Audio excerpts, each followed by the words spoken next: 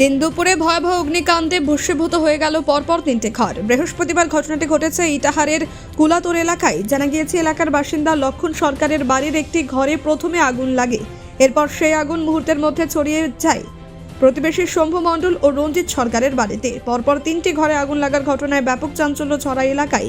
প্রথমে স্থানীয়রাই সেই আগুন দেখতে পান। সেই সময় ক্ষতিগ্রস্ত পরিবারের সদস্যরা সকলে বাড়ির বাইরে কাজ করছিলেন। আগুনের তীব্রতা এতটাই ছিল যে ঘটনাস্থলের পাশে গাছেও আগুন ধরে যায়।